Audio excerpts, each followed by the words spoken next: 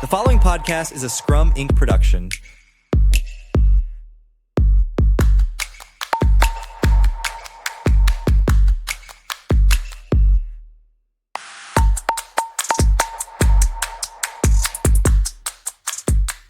Hi, I'm JJ Sutherland, and welcome back to the Agile CEO. I'm joined this week by someone really excited to talk to, Cameron Kunzelman. He's a professor at Mercer University in Georgia. His area of expertise is game studies, which is why I've invited him on the show. His latest book is The World is Born from Zero, Understanding Speculation in Video Games. And he's the host of a number of podcasts through his Range Touch company. The one that I listen to all the time is Game Studies Study Buddies, which I highly recommend. And so thanks for coming on the show, Cameron. Yeah, thanks for having me. So one of the things that I really take away from when you talk about game studies, and your show covers everything from, the imperialism of board games, video games, Marxist cultural studies of media objects, MUDs, MMOs and stuff. And so what do you think it is about rule sets? Because I sort of get the sense from what you're talking about is that the rule sets are not only determinants of behavior, but they're a reflection of a cultural state. Yeah. A way that a lot of people talk about rules, and I always find it helpful to go to game designers when I start thinking big abstract about this, because they're the people who are on the front line, so to speak, of the actual experience of making the thing. And so when you look at the way that game designers think and talk about rules, they often talk about them in terms of feedback and feedback loops. So you create a rule that elicits a particular kind of behavior from players. That player behavior feeds back into the next rule or that same rule again, and it kind of creates this feedback system where you're eliciting something, but it becomes strengthened over time. And so what I find really interesting is I think that's true. I think that's correct. I think that rules do things to people, and even being oppositional to rules, right? I'm reading this rule about this kind of thing that the game wants me to do. I don't want to do it. That's still a form of feedback, right? It's slightly different. But it's eliciting a thing. And there are lots of games. I was just in conversation with the game developer, Jay Dragon, recently, who was talking about in that conversation that sometimes as a game designer, you write a rule to get someone to respond in that way. I don't want to do that. I don't think that's great. So I think all that's really interesting. I think that we have really good evidence coming out of the kind of simulation and modeling space, and even the gamification space, that rules do elicit something out of people, whether that's oppositional or an agreement or whatever. And what I find really interesting is taking those ideas that games and rules might produce behavior and thinking about the kind of meta layer of that. What are the cultural contexts? What are the physical contexts? What are the interpersonal contexts that might change how you interpret those rules or change the way that your behavior is elicited from you. And so that's why I think in the show, you were talking about Game Studies Study Buddies, our podcast that I do with Michael Lutz. In that show, I think we spend a lot of time. I think we have around 70 episodes. We've uninterrupted for 70-ish months so far. That's some number of years. Something that we often talk about is that layer, right? That there's a kind of set of cultural expectations or a set of cultural beliefs that even when you're not thinking about it, set the tone and set the standard for how you're going to enact particular kinds of rules and particular kinds of behaviors in rules. So, for example, I'm teaching a class this semester on analog games. I'm co-teaching it with another professor. And it's been very interesting to see which of my students are more willing to engage in competition in front of others. And so I teach a lot of athletes. And my assumption had been, they're going to be comfortable doing these low-level competitive activities because they're competitive day to day in their life. They spend 60 hours a week being competitive and training for competition. And what I've learned is that's not the case whatsoever. That none of them want to be involved in any of these competitive activities, but it's the theater students and the computer science students, weirdly enough, who are into that because they want to test, right? The theater students want to test. What are the limits? What are the kind of performances that this rule set will allow me to understand? And the computer science students want to do the same thing from a different side. What is being elicited by the rules? And so I think in that show, and I think in my writing broadly, that's something that I spend a lot of time trying to think about is when we play a digital game, if you're playing some sort of online game in particular, or if you're playing in a context, right? So you're playing and you're posting on Reddit, or you're reading the Reddit, you're posting on Instagram, reading that kind of community. how do the cultural expectations around play inform the way that you play? And in analog games, which is kind of what I've moved to in my scholarship, I wrote the book on science fiction games that you talked about, The World is Born from Zero. And that's really about digital games. And I've written a book on Assassin's Creed that'll be coming out in November that is about digital games. But the work I'm doing after that is really mostly about analog games. So tabletop role-playing games like Dungeons and Dragons, or board games, war games as well. And what's really interesting to me about that is that all those same things are true, that cultural context, those rules, they set a lot of standards. But then there's a lot more capability for people to respond to those things. And so that you can interpret. When we sit together, you and I, JJ, we're playing D&D, you're a rogue, I'm a wizard. We can make a decision to say, let's just ignore some of these rules that Wizards of the Coast has put in this game, and let's do what we want to do. And that's something that sometimes happens in digital games, but it's not common because there's a computer that's enforcing those things. And so what I've really moved into, and the thing I've been thinking a lot about, those kind of cultural elements and how rules elicit behavior, is what are the different affordances, what are the different capabilities of different media and different media within games that do that. And what do we do about it, and how do we do that better as well, right? How do we get better outcomes, more predictable outcomes maybe from the things that we want to tinker with and the things we want to have people play? Right. And it's interesting thinking about how people react and are governed by rules, because one of the things that I run across a lot in my work with corporations, especially in governments, is they'll say, well, we want to reduce risk. Yeah. Right. And I suppose, if you're making like a nuclear power plant or something, or, something there, if something goes wrong, that's bad stuff. Mm-hmm. But the thing is they focus on reducing risk so much, not only in the reactor core, but also on the doorknobs. And they have the same set of rules across it. And that the interesting thing is that because they're trying to drive down risk, like that is their rule set. We're going to be good stewards of the public money. We've got to drive down risk. While the research is really clear that the greatest risk is time. Yeah. How long things take. Mm-hmm. And in thinking about this conversation with you is that when I speak, especially in large corporation and governments, they're very similar in some of the mentality there is, it really sucks to work there because of all of these rules, and it's not a fun game at all. Yeah.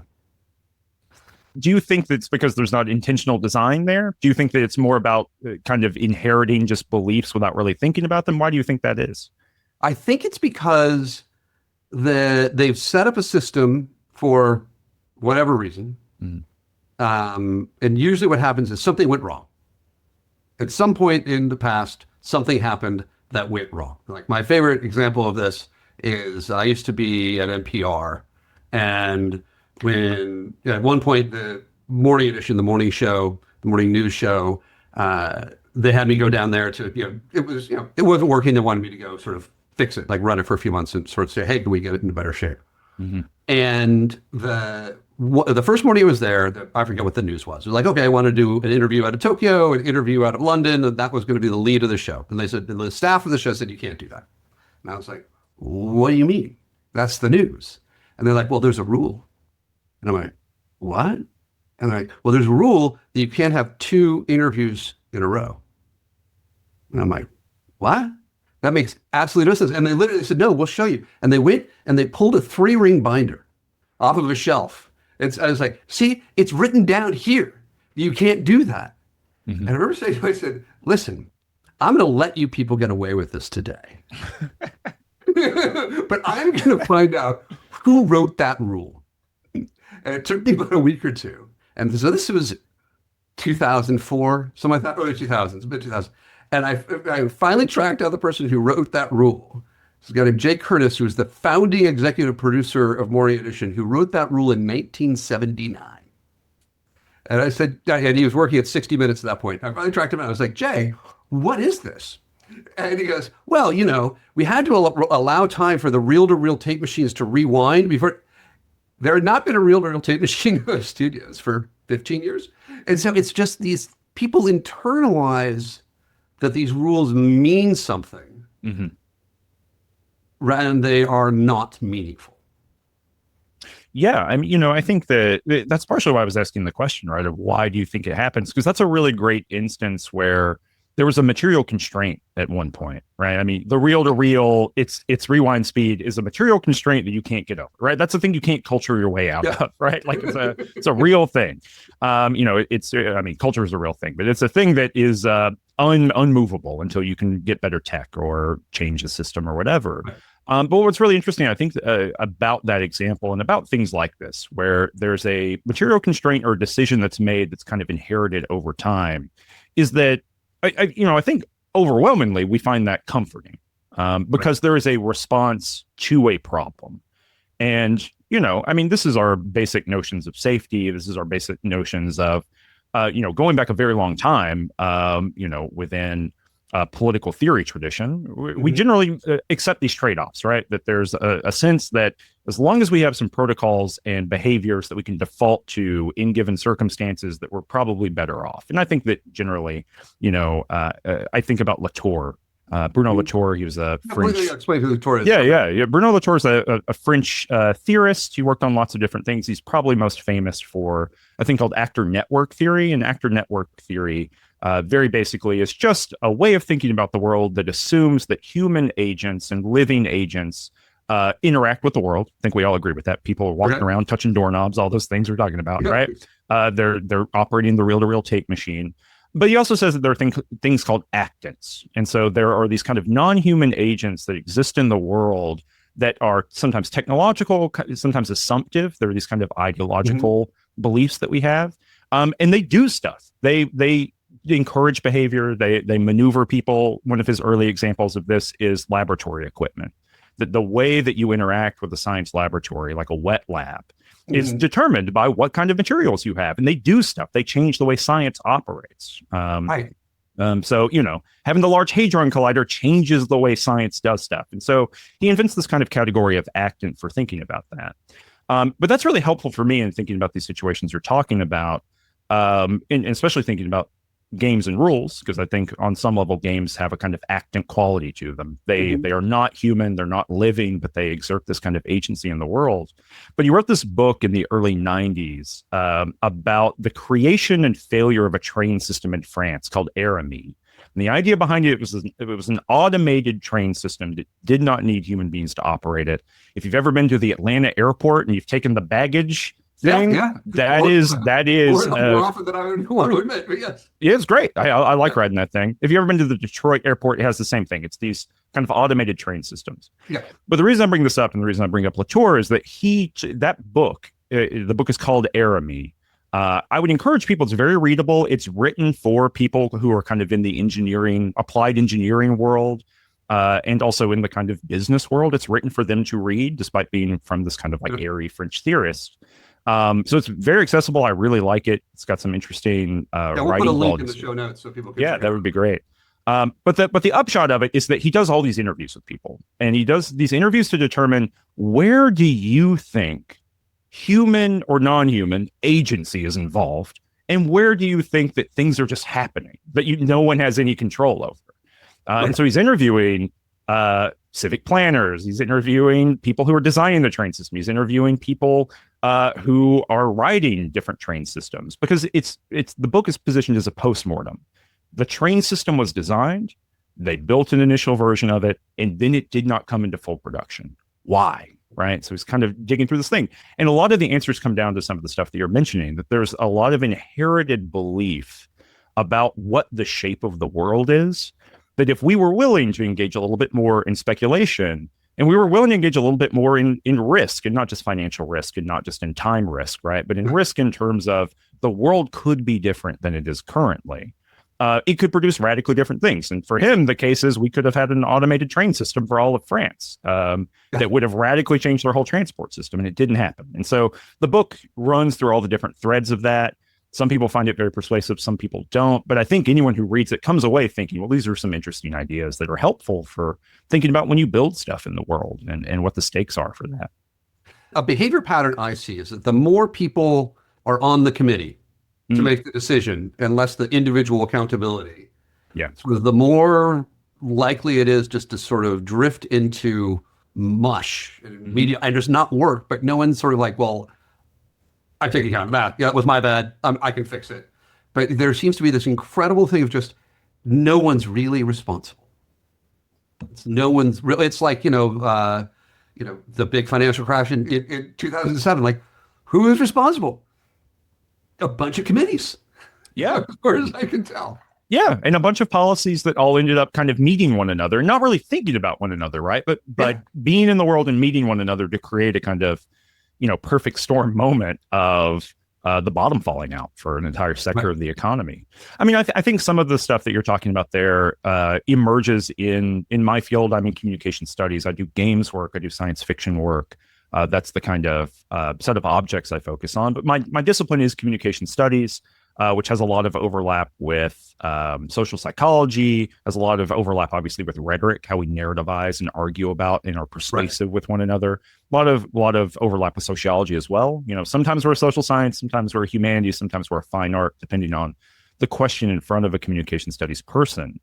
And I think some of the stuff there is that, the more people you have in the room, the more people who are involved in a group, the less that one person can both take responsibility for something, and also the less we feel like we're accountable to those things. I teach a class on group communication. It's like a good old fashioned, comm studies kind of thing that we do.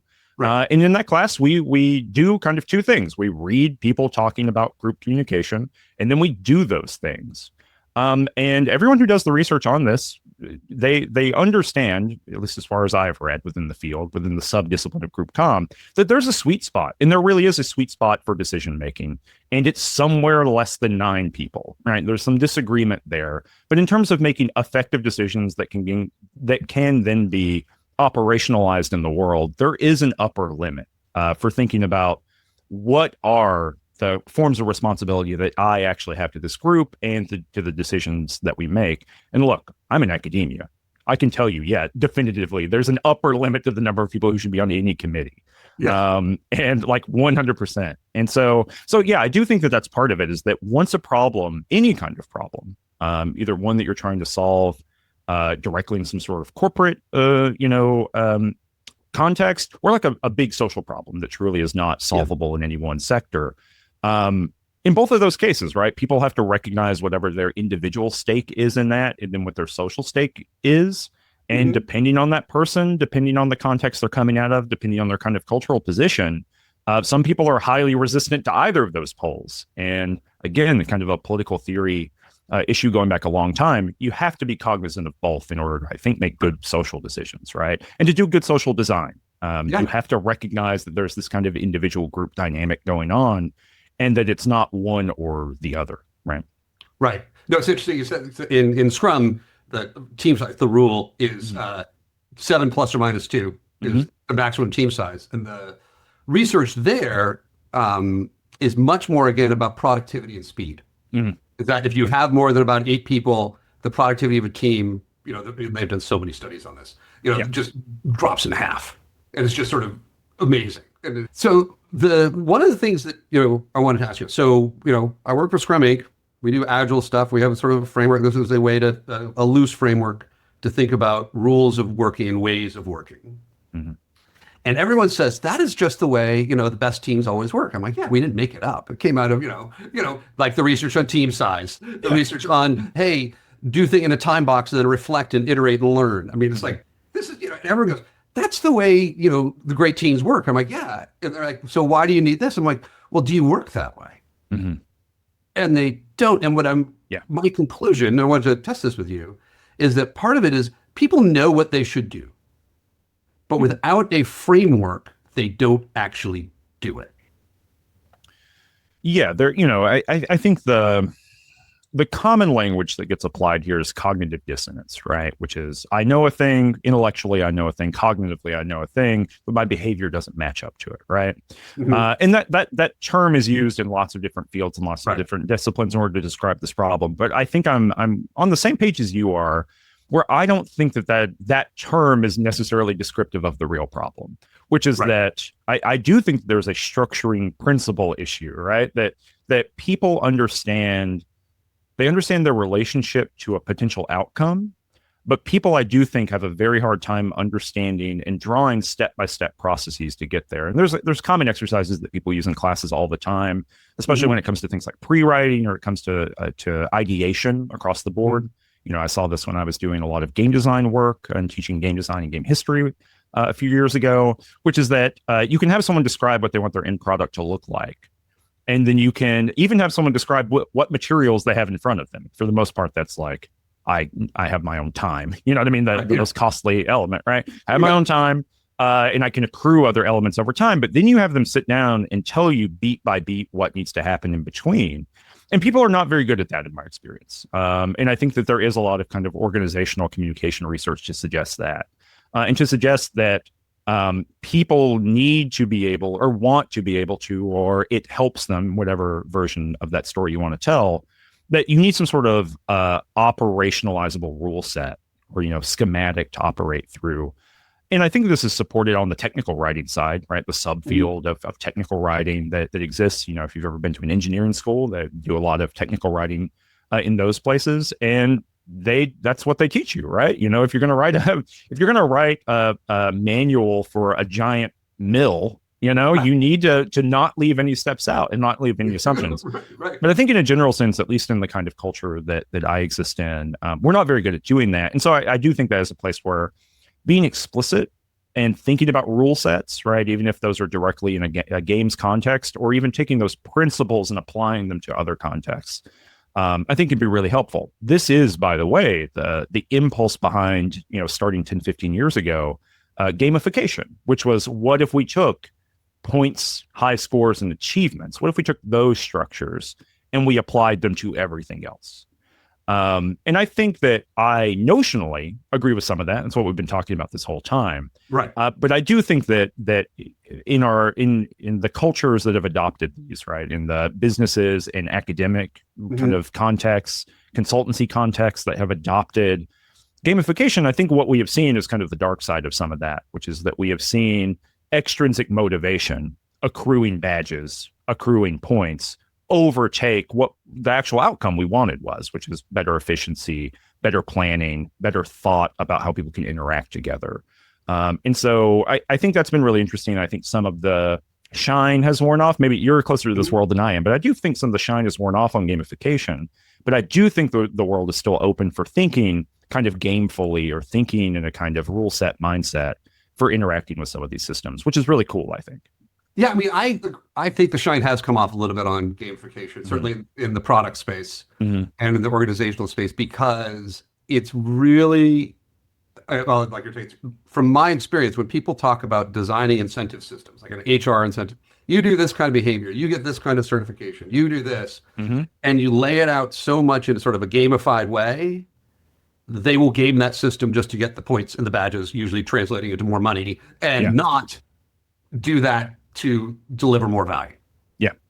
And so it's powerful, but it's really easy. I was talking to, this is years ago, one of the directors at Riot Games, and he's like, yeah, you try to design an HR incentive plan for a bunch of game designers. He's like, it's tough. So I think that is true. And I think that and gamification, I feel like, I think whenever I think about it, I think of gambling, in sort of industrial gambling industry, which obviously, sort of like, how can I suck more money out of somebody? And that's not a great way of, rather than how do I provide someone with the most enjoyment? Those are two different ways of thinking about the world.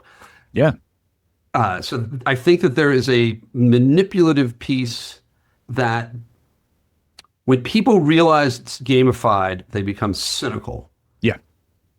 Yeah. And they're like, okay, it's just a game. I will play the game.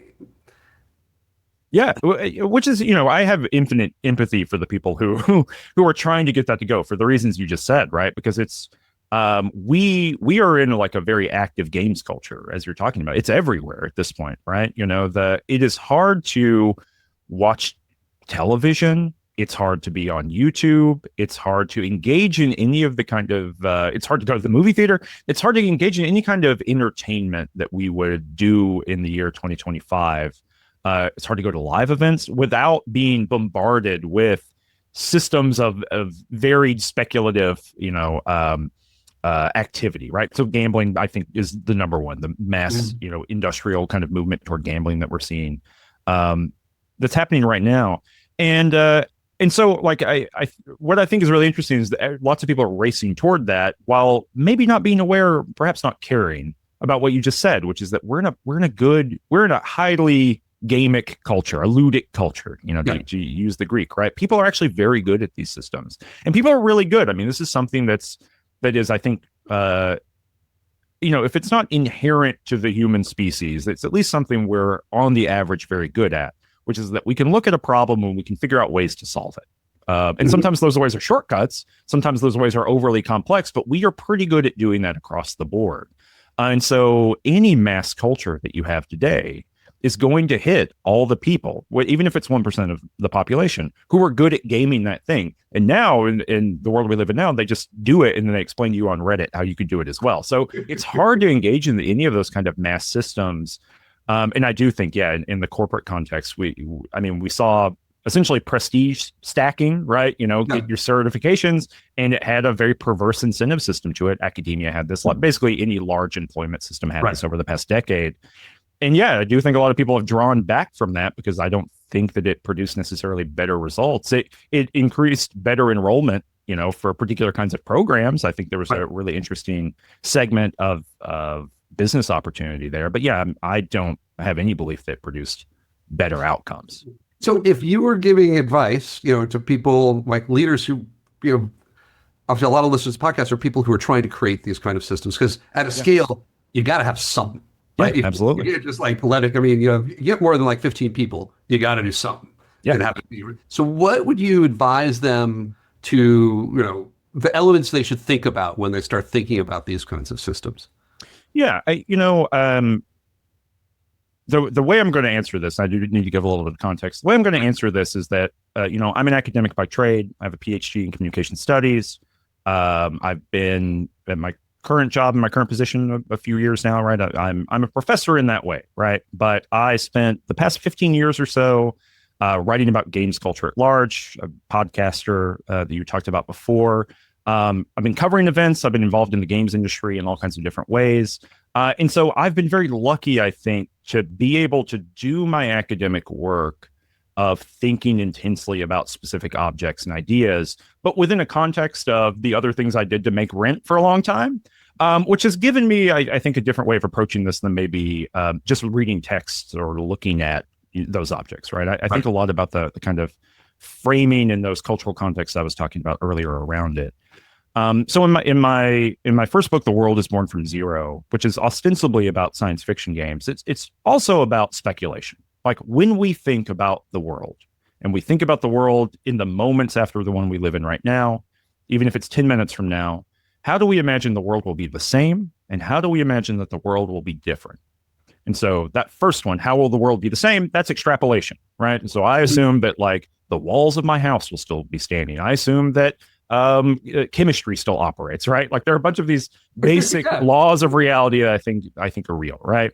But also engage in speculation, right? Am I going to get a phone call, right, while I'm in the shower, for example, right? Those are like light forms of speculation, but they are forms of speculation. What could happen that might be unpredictable or might be different from what I thought was going to happen? And so I do think, having looked at a lot of different contexts for that book, working on the Assassin's Creed book that I did, where I kind of did a deep dive on several different companies. And I'm working on a book right now about Magic the Gathering, where I've looked at the history of all these ideas. A lot of the game design ideas that we have about speculation and about engagement with players, a lot of that comes out of Magic the Gathering in the early 90s and the innovation of the booster pack coming out of Spritz trading cards, right? So there are these weird knock-on effects that, if you engage in any system that has surprise in it in corporate America today, weirdly enough, there are ideas that probably were born out of the early 90s trading card boom. And that's an interesting podcast. That's really interesting. I got to read that. Okay. I've ended up doing way more research on the history of management than you would ever believe, and than I would have predicted.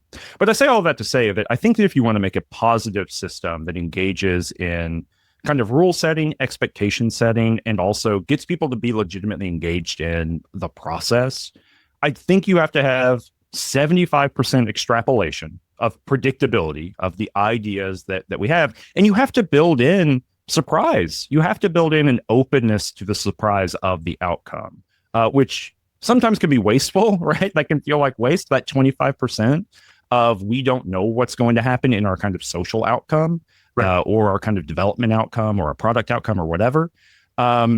That can feel very scary, I think. And I was actually having a conversation about this yesterday with someone else about pedagogy and teaching in the college classroom. And I'm teaching a class right now. And they asked me about an assignment I had designed. They said, well, it sounds like the outcome here is really unpredictable from case to case. Like it doesn't sound like this is a paper or a test or something. It sounds like this could change with every student or every small group. And it sounds like they could fail. It sounds like there's not a lot of scaffolding here in the kind of into the process.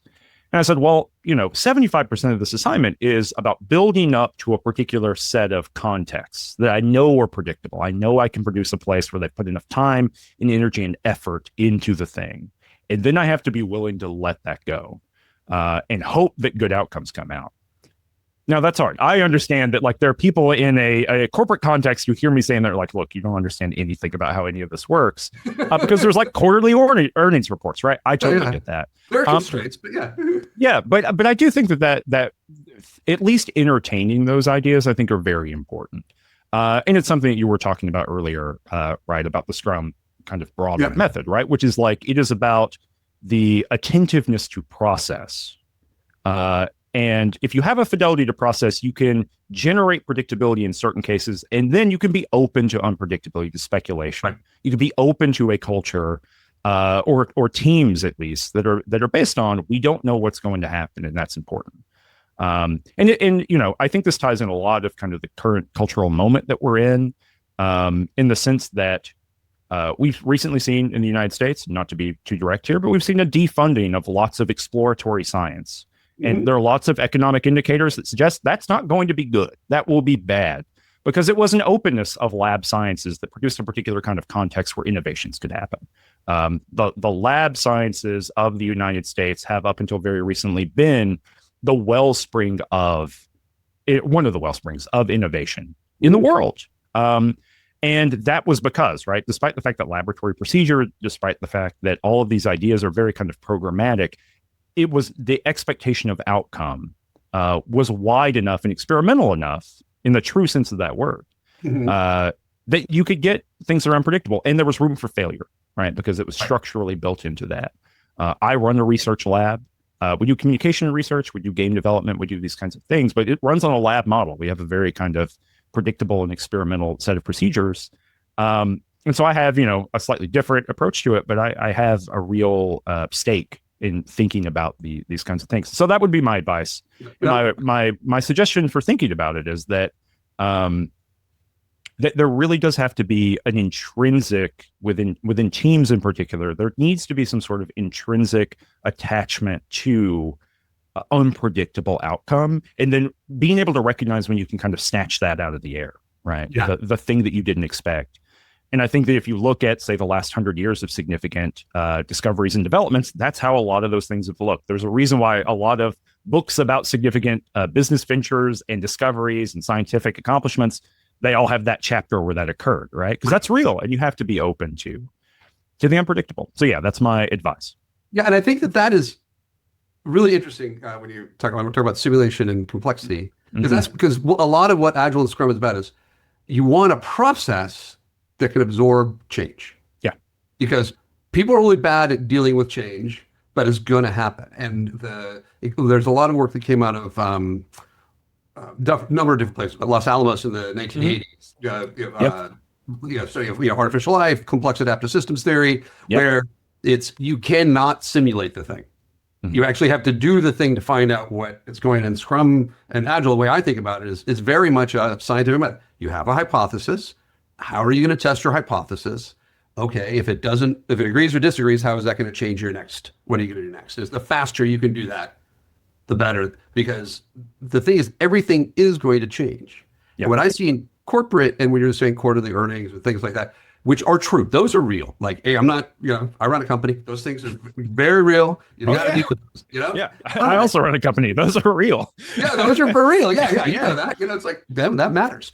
That really matters. But the thing is that you don't know what's going to happen. And people want predictability, and they focus so much on predictability. I came with this line just yesterday. I thought it was pretty clever. That, focusing on predictability too much, just produces fragility. Yeah. Because it becomes rigid and not able to change. Yeah. And when you were talking about simulation, I'm sure if you're familiar with Wolfram's work out of Caltech about simulation, where it's literally, you need infinite compute power to simulate anything, basically, so you can't. And one of the things that we think a lot about Scrum Inc. is that we are simulation engines, as you're saying. We're simulating the world all the time. Yeah.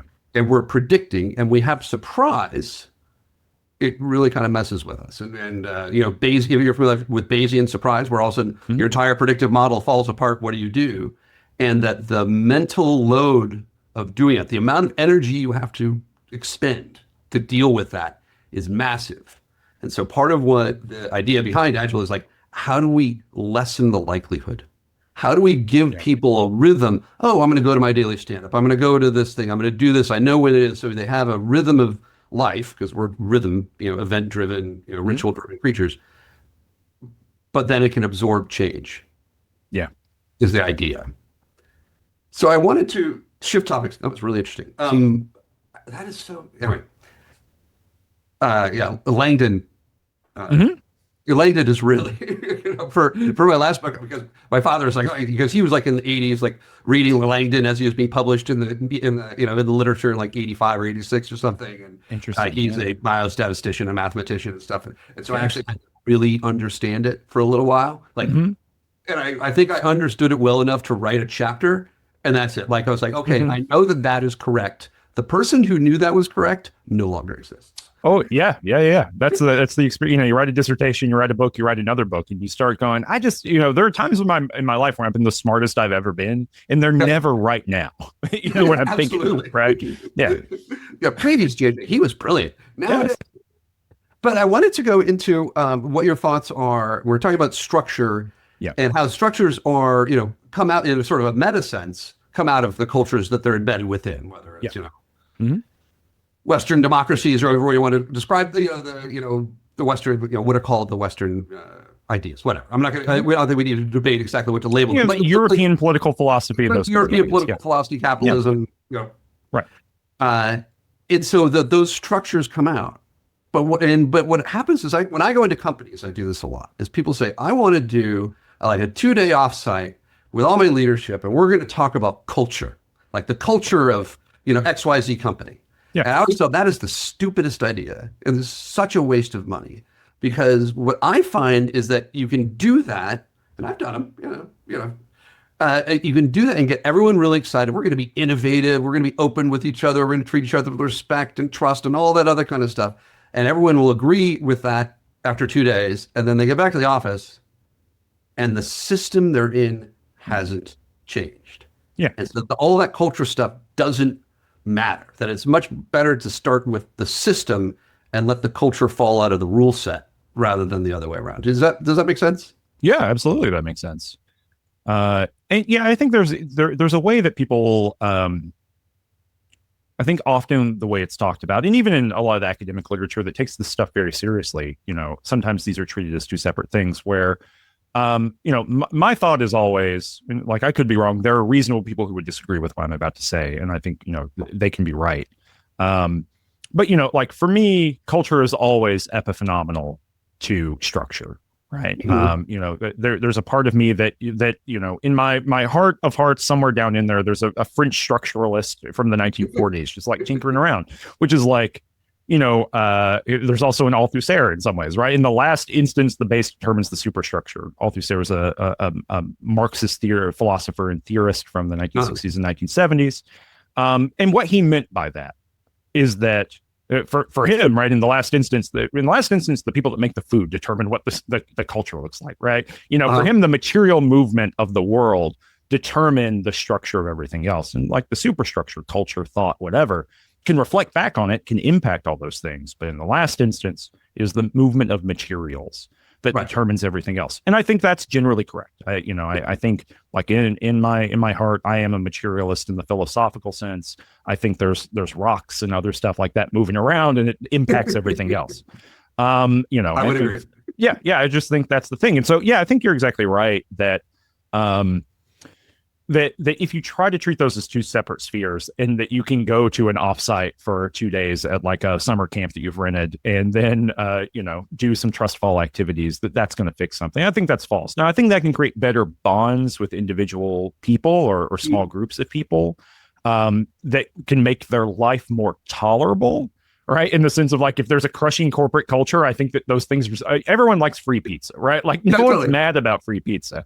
But I don't think that those are at best probably a Band-Aid. I think I would agree with you.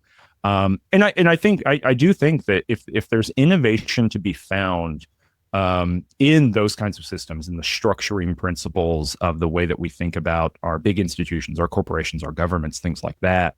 If there's big innovation to be found in those structures, it will come at thinking radically about how to change it. And sometimes we do that. We have very, destructive is probably the best word for it, examples of that recently, right? We have when Elon Musk bought Twitter and turned it into X, we saw the kind of mass firings there. And the logic was that the minimum viable number of human beings you need is way lower than anyone ever thought. And then we saw several mass firings in the tech industry happen right after that. People kind of bought that. Because there's a way that the product seemingly did not need to be what it had been in the past, right? That's the logic as presented. I think we can be judgmental of that, but that is the thought model. And it is, even though I disagree with it, it is rational, like in the sense that there was a thought of what would occur, and then I think that thing did occur. People are still using the platform in diminished ways, but it's still occurring. And so I think that we see often big radical rethinkings about these structural principles, right? In corporate culture, in government, the application of those ideas to the federal government recently with Doge, that happened. We're actually, I would say, culturally in the United States, we're actually very comfortable with that. The notion of firing a large portion of your workforce to fix a problem, right? Whether that be a kind of earnings issue or whether that be a cultural issue, that's a thing that we're very familiar with going back to the 70s within corporate culture. That's seen as a balm for lots of things. I would suggest, and I would provoke people and listeners, I'd provoke them to think, well, if those kinds of radical transformations are viable and not seen as radical, like they're a tool in the toolbox, they're used quite often. If that is true, what other very radical solutions are available to you that could cause significant things? I think that is more impactful than any kind of a single ping pong table, right? That could do something there. Because we are very used to, I think, radical change. But the radical changes that we are used to are narrativized. They're rhetorically positioned as very normal. And I think that they're totally true. Yeah. And we have a bigger toolbox than the one we use. And I think we should think about that. I was talking to somebody, a fairly senior government official, and he's like, he had this opportunity to do some, pretty radical reshaping. Mm-hmm. And he's like, I'm just not sure, if the system can handle it. Like, well, people think we're crazy, all this good stuff. And I said, listen, I've been in the meetings where they show you all the metrics, which are all bad.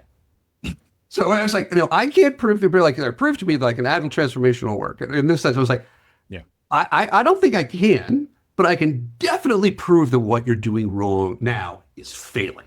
Yeah. It's demonstrably failing by your own metrics. And yet people are still really reluctant. Like you're like mass layoffs in the American context, that's just a thing. It happens. And our culture just accepts that's part of the business, culture in the United States. Yeah. And that's radical. I mean, that is, that's affecting tens of thousands, if not hundreds of thousands of people's lives. Yeah. But then you say, well, let's talk about, how do we do, your accounting system and your travel expense system? And they're like, well, we can't change that. We need the 700-page version. And it's just sort of, they're so locked in. Yeah. And they're so afraid. But I really liked what you said. It's just like, We are willing to do radical things, Mm-hmm. but sometimes they don't stick. I was just Yeah. part of what I say. I wonder what your response to this is if you look at the two examples that come to my mind. I talk about a lot are the surge in Iraq with McChrystal and Petraeus. Yep. Which I was there when it happened as a journalist, and it really worked. It was like boom, from 100 attacks a day, like 2 attacks a day in a month. And the thing is but once those two, both of them got fired, years later and left the scene, the U.S. military can't do that anymore because they were brilliant, generationally inspiring, break all the rules, they had context of the support of the president, to do everything. But they didn't change the system. And so as soon as these brilliant, charismatic leaders were gone, the system went back. I remember talking to a bunch of young Marines right pre-COVID, and I said, so are we going to have to lose another 3,000 young Americans to figure out how to do that again? They're like, yeah, probably. And I was like, that's crazy. Why don't we do some radical change now to change that? And the other one that did surprise me, and still surprises me, is I remember in the beginning of COVID, everyone's like, okay, well, we're not going to have buffets again. That one's gone, right? All this sort of like, we're definitely going to change these things again. And now it's like, not so much. There hasn't been any change at all to a large extent. And so why is it that these big systems, and you have these massive impactful events, right? But then they snap back to the old way of doing things once sort of those really violent repercussions are gone. I mean, part of it is that systems have inertia, and the material of the world has inertia, right? This is why I was talking about Latour earlier, and this is partially that actant notion I was talking about. That's what he's trying to grab, right? What is it, about the buffet thought that has a kind of gravitational pull to it, right? Where it's hard to move away from those things and into new things. I think part of that is that part of what we were talking about earlier, which is that sometimes it's hard for people to see the steps in the middle, in the sense of a thing occurred and there was an outcome that occurred, but they couldn't predict that. And also sometimes people can't do it in reverse. They can't explain why it occurred. Right. When you're thinking about the surge and the way that operated as well, right? I think another part of both of these things is that individual people, right? So like humans running around in the world, but then also particular kinds of systems, they have a network effect around them. Right. And so like when you lose particular leadership, whether that was successful or not long term, any of those. I mean, I'm not arguing that at all. Well, like any of those kinds of things, I think what is undeniable is like when there's a particular agent doing stuff and making things happen, there's that network effect that influences everything around it, right? So all these, what Deleuze and Guattari would call immaterial transformations, which is that the states of the world, right, they're locked in, right? Like the U.S. military in that example, right, exists. The buffet line infrastructure exists, but what changes around that are a series of cultural interpretations. Their meaning changes, right? The set of beliefs that power those things change. And in the case of what you're talking about with the surge, that snapped back, right? But I do think, in the case of the buffet, right, they actually got wrapped up in a bunch of other things, which is now there's a kind of there's still a lingering set of cultural beliefs around that. Like I know people who don't engage in any of those things anymore. They don't go to any of that, which is fair and good to them. LA, very notably, I listen to the Doughboys podcast. I'm just a human in America. And, but on that, they've talked about quite a bit about LA and kind of Postmates culture that post-COVID, that Postmates culture of just ordering everything a lot is still sticking around, right? So really, I think what we saw is a kind of transformation into what does indoor dining look like. There was this immaterial transformation. The building's still there. The materials are still there. The expertise of the people who make food in big batches, that's all still there. But now it's kind of spread more thinly in a bunch of different sectors while still having that kernel, right? The buffet kernel or whatever. But it has been pulled in all these different ways. And so it's still there, but I don't know if I agree that it's snapped back. I think it's just been stretched out even further in all these different economic sectors. Yeah. And so I think about that, right, is like a part of what's happening when we talk about systemic resilience. You make a radical change, and does it stay in that shape or does it kind of morph back? I think part of that is, and comes from me being from the field I'm in, is part of it's about rhetoric, right? It's about the way that we narrativize what the change was. There's a way of telling that same story about the surge that doesn't go the way that you just told the story, right? And reasonable people, again, have disagreed about that.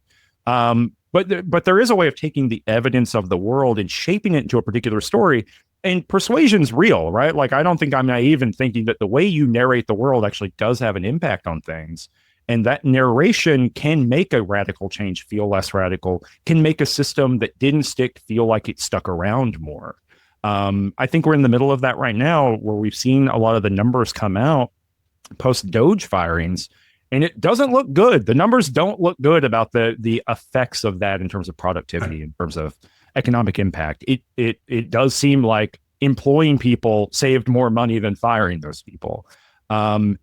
But the narration of that is going to determine the legacy of those actions, right? Whatever our feelings right now, that will be a series of decisions that will matter in 100 years. And the rhetorical positioning of those things, the kind of material transformation and then the rhetorical positioning of those things will determine whether that's thought of as a valorized act or something that was a huge mistake.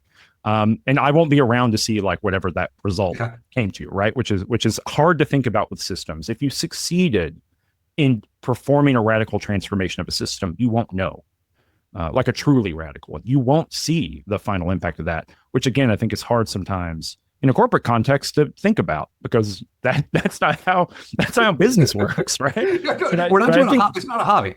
No, you know, and you know, that's not how business works, and that's not how our lifetimes work. But that is actually how systems work. Systems are long, and if people are curious about this and thinking about long-term systems thinking, Manuel Delanda wrote a really great book called Philosophical Chemistry. Okay. And what I'm about to describe to people will not sound like a book that's interesting to read, but I promise you it is. So Delanda is a systems thinking guy. He's someone who thinks about the kind of what he calls assemblage theory, which is the idea of how do things interface with one another and how does that create kind of broader sets of changes in human systems. He's written about warfare. He's written about information technology and simulation. He's written about a lot of stuff. But philosophical chemistry is a close reading of the changes of one chemistry textbook over 400 years. And what he's trying to do in that book is to demonstrate that how has something that has been read as one thing actually been many, many different things, and where do those transformations take place? How are they narrated and how are they systematized? Going from when chemistry is just a thing that rich people the aristocracy's doing in the 60s, 70s or whatever, to the massive, you know, it's an industry. It's a huge cornerstone industry of the globe at this point, right? Everything we wear, look at, see. Yes. And so he's trying to map that, right? Like how did that happen? How did it transform?